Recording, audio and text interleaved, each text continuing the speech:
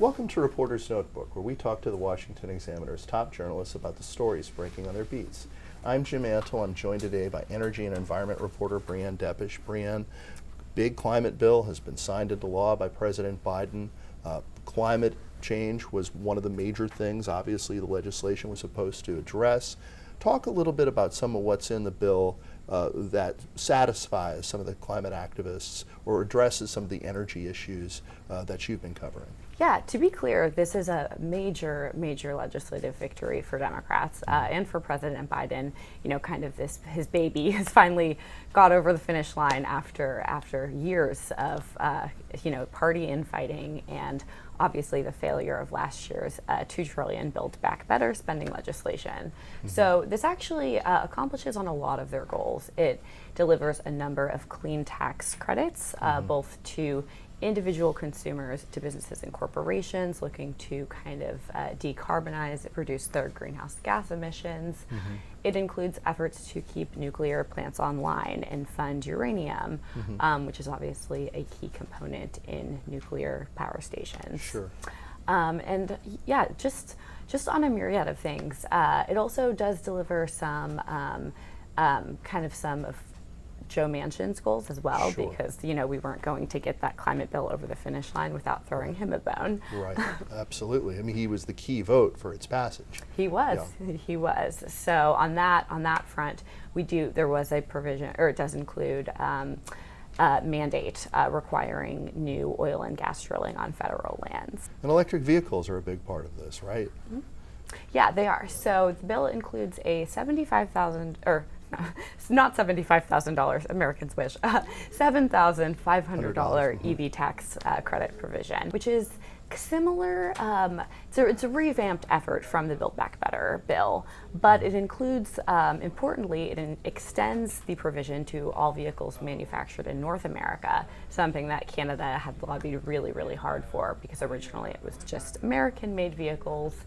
But it also includes an interesting sourcing provision that's drawn a lot of scrutiny that requires a certain percentage, about 40% or half, of battery materials be sourced from North American manufacturers. And critics have said that that critical mineral supply chain doesn't really exist yet in the U.S. or in North America. So now you've written an article for our magazine talking about nuclear energy in California, and that's not really something that a lot of people associate with California, although there's obviously been a sustained green energy push in that state and under Governor Gavin Newsom's leadership. Talk a little bit about what the controversy is there. Yeah, so this actually represents a really interesting kind of about face for Newsom, who in his former role as deputy or lieutenant governor had really kind of helped lead the push to take the plant offline in 2016. That was a plan that was unanimously approved in 2018 by California state regulators. Lots of momentum to just shut it down. In the years since then, we've just seen this massive shift, both in extreme heat events, in the severe droughts and wildfires that have really strained grid reliability and energy resources in the state. So that's kind of led Newsom to reconsider. The stakes are inherently different. He is at risk of, he's dealing with conditions in a power grid that risks shutting down again, and triggering blackouts for millions of people, like in 2020. And so he's been forced to kind of rethink Diablo and just that's the name of the plant. The Diablo nuclear power plant. And just last week, he authorized draft legislation, which they expect to be cleared by the state legislators as well, that will keep it online for an additional decade. And again, this was a step that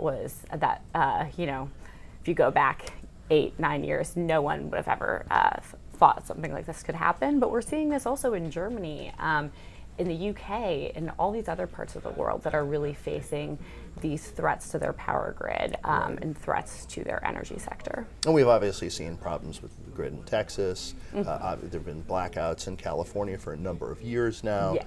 So Newsom, maybe is trying to confront this issue in a way that, because, his political future could to some degree depend on this as well. Yes, exactly. And, not in this election, he seems to be pretty pretty secure, not facing any imminent threats. But he may have his eyes on a higher office. Exactly. And one interesting thing that's been pointed out to me from sources I've spoken to and, researching this article was that in the short term, what a lot of nuclear opponents and environmental groups don't realize is unless there is just, you have an abundance of renewable energies kind of ready to go, taking these nuclear plants offline in the short term often drives up natural gas, other fossil fuels, which actually has kind of a counterintuitive and pretty expensive cost for the environment.